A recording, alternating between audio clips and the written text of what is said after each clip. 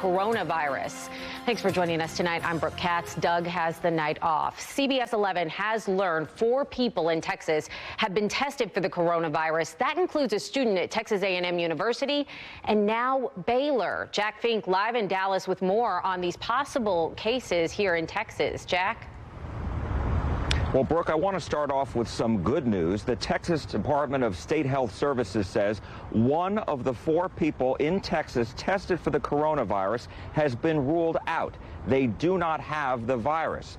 We do know a little over an hour ago, Baylor University tweeted that one of its students who recently traveled to Wuhan, China, has been tested for the coronavirus. And we do know from yesterday that Texas A&M, a student there, has been tested for the virus as well. Texas A&M says it will find out Monday whether that student tests positive for it. They say they have taken all the necessary precautions.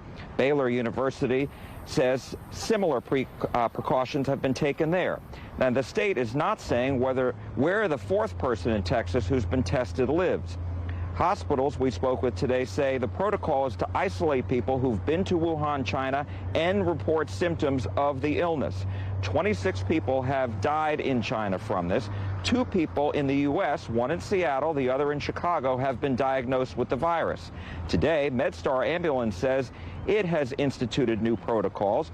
Crews will be putting on masks, goggles, and gloves if they're called to a place where a person is complaining of coronavirus symptoms and who've been to Wuhan, China recently. And they're also screening people when they call for an ambulance.